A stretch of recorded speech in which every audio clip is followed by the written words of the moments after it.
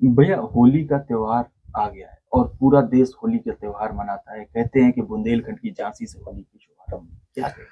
बिल्कुल सही बात है। और सबसे पहले हम सारे बुंदेलखंड वासी, हमारे झांसी वासी और देशवासियों को होली की हार्दिक अनंत शुभकामनाएं देते हैं।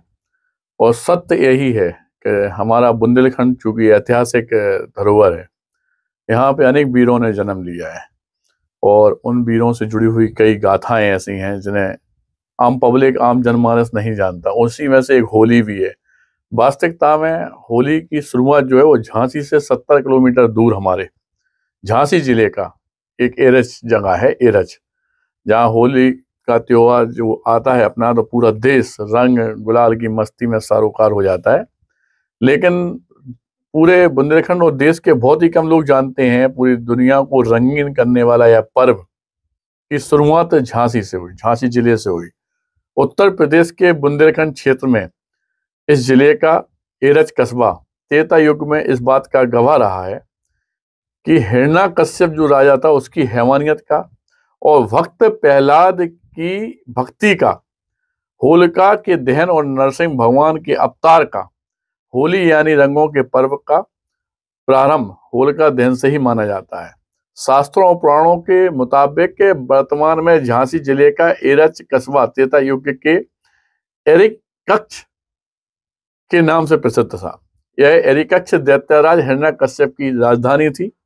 हिरण्यकश्यप को यह वरदान प्राप्त था। उसे उस समय चूंकि वरदान बहुत मिलते थे भगवान से, जो इतिहास है कि उसे यह वरदान प्राप्त था कि ना वो दिन में मरेगा ना रात में, ना इंसान से मरेगा ना जानवर से।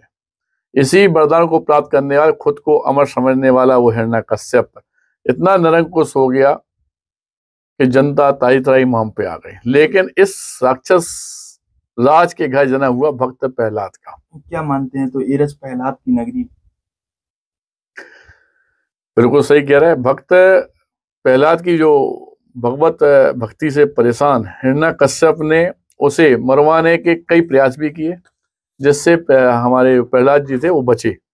आखिरकार हिरण्यकश्यप ने प्रहलाद को ढिकोली पर्वत से नीचे फेंकवा दिया। ढिकोली पर्वत और जिस स्थान पर प्रहलाद जी गिरे, आज भी वो स्थान मौजूद है, उनके पैरों के निशान वहां पे मौजूद हैं। आखिरकार हिरण्यकश्यप की बहन होलिका ने प्रहलाद को मारने की ठानी।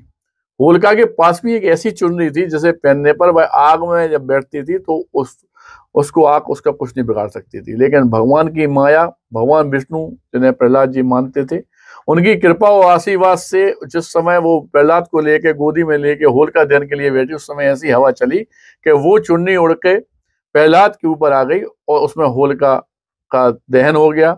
और सबसे बड़ी बात तो ये है कि जब होलिका जल गई, आज भी पुरातत्व विभाग ने जब वहां पे खुदाई की तो होलिका की गोदी में बैठे प्रहलाद की जो मूर्ति मिली है वहां पे, वो इस बात का प्रमाण है। वहां पे जो उस समय के अवशेष मिल रहे हैं वो इस बात का प्रमाण है कि वास्तविकता में यहाँ पे ऐसा सब कुछ घटित हुआ। और भगवान विष्णु ने नरसिंह के अवतार लिया और गोधूली बेला में अपने नाखून से मंदिर की दहलीज पर हिरण्यकश्यप का जो वध किया। और हिरण्यकश्यप के वध के बाद एरिकक्ष की जनता ने एक दूसरे को खुशी में जो गुलाल डालना शुरू किया, यहीं से होली की शुरुआत हुई। इस बात से चूंकि पूरा देश नहीं जानता है, लेकिन हमारी जो झांसी, हमारा जो बुंदेलखंड है, ये वास्तविकता में ऐतिहासिक धरोहरों से भरा पड़ा है। जो वीर लोग पैदा हुए और इसकी मिट्टी में इतनी ताकत है कि इस मिट्टी की सुगंध में हर वीर ने जन्म लिया। इसकी कई ऐतिहासिक कथाएं, जिनमें से एक होलिका, ये होली का जो अपन लोग मनाते हैं, इसका भी प्रोग्राम जो हम लोग करते हैं, इसे मनाते हैं, ये भी हमारी झांसी की है। इस बात को बहुत कम लोग जानते हैं और सभी लोगों को दोबारा अग्रिम हम हार्दिक शुभकामनाएं देते हैं। धन्यवाद।